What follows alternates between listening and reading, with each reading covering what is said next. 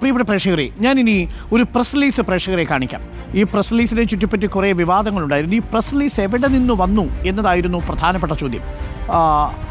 മാധ്യമപ്രവർത്തകരുടെ ഗ്രൂപ്പിലേക്ക് വന്ന ഈ പ്രസ് റിലീസിൻ്റെ സോഴ്സ് യഥാർത്ഥത്തിൽ ഞങ്ങളും തേടി നടക്കുകയായിരുന്നു. ആ വാർത്ത നമ്മൾ റിപ്പോർട്ട് ചെയ്തു. ആ അർത്ഥത്തിൽ പ്രസ് റിലീസ് വലിയ വിവാദമായപ്പോൾ അതിലെ പ്രസക്തമായ ഭാഗങ്ങൾ സാധാരണ രീതിയിൽ ഒരു ഗവൺമെൻറ് ഡിപ്പാർട്ട്മെൻറ്റിൽ നിന്ന് പുറത്തിറങ്ങുന്ന പ്രസ് റിലീസായിട്ടല്ല അത് വന്നത്. പക്ഷേ ഉത്തരവാദിത്തപ്പെട്ട ഒരു ഓഫീസിൽ നിന്നാണ് ഈ പ്രസ് റിലീസ് വന്നത് എന്ന് നമുക്ക് മനസ്സിലായി.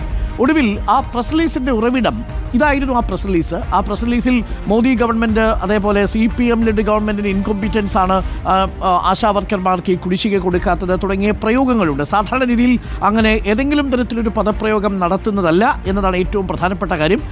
അതുകൊണ്ട് തന്നെ ഈ പ്രസ് റിലീസ് ഉത്തരവാദിത്തപ്പെട്ട ഒരു വകുപ്പിൽ നിന്ന് ആധികാരികമായി പുറത്തിറങ്ങിയതാണോ എന്ന കാര്യത്തിലാണ് ചില സംശയം പ്രകടിപ്പിച്ചത്. അതൊരു വ്യാജ പ്രസ് റിലീസാണ് എന്ന മട്ടിലുള്ള പ്രചരണങ്ങൾ വരെയുണ്ടായി.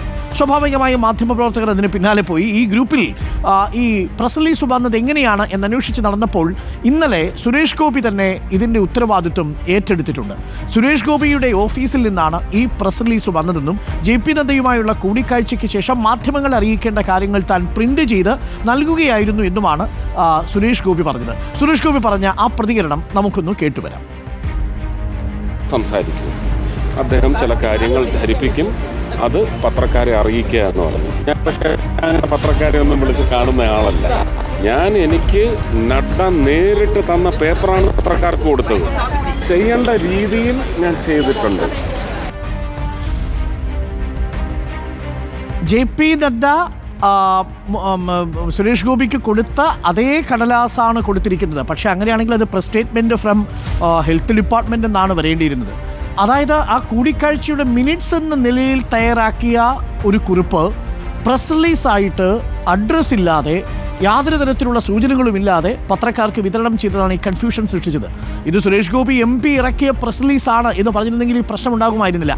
നമ്മളത് സുരേഷ് ഗോപിയുടെ സ്റ്റേറ്റ്മെൻ്റ് ആയിട്ട് കൊടുക്കുമായിരുന്നു. പക്ഷേ സുരേഷ് ഗോപി ഇത് മാധ്യമപ്രവർത്തകർക്ക് നൽകിയത് JP നദ്ദ നൽകിയ കുറിപ്പ് എന്ന നിലയിലാണ്. JP നദ്ദ നൽകിയ കുറിപ്പാണെങ്കിൽ അത് ആരോഗ്യവകുപ്പ് മന്ത്രിയുടെ അഡ്രസ്സ് വെച്ചുള്ള കുറിപ്പാകുമായിരുന്നു എന്നാണ് നമ്മൾ മനസ്സിലാക്കുന്നത്.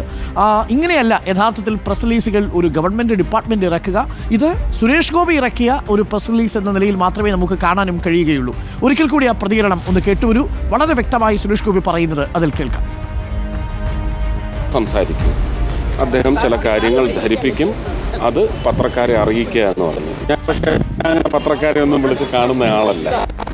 എനിക്ക് നഡ്ഡ നേരിട്ട് തന്ന പേപ്പറാണ് പത്രക്കാർക്ക് കൊടുത്തത്. ചെയ്യേണ്ട രീതിയിൽ ഞാൻ ചെയ്തിട്ടുണ്ട്.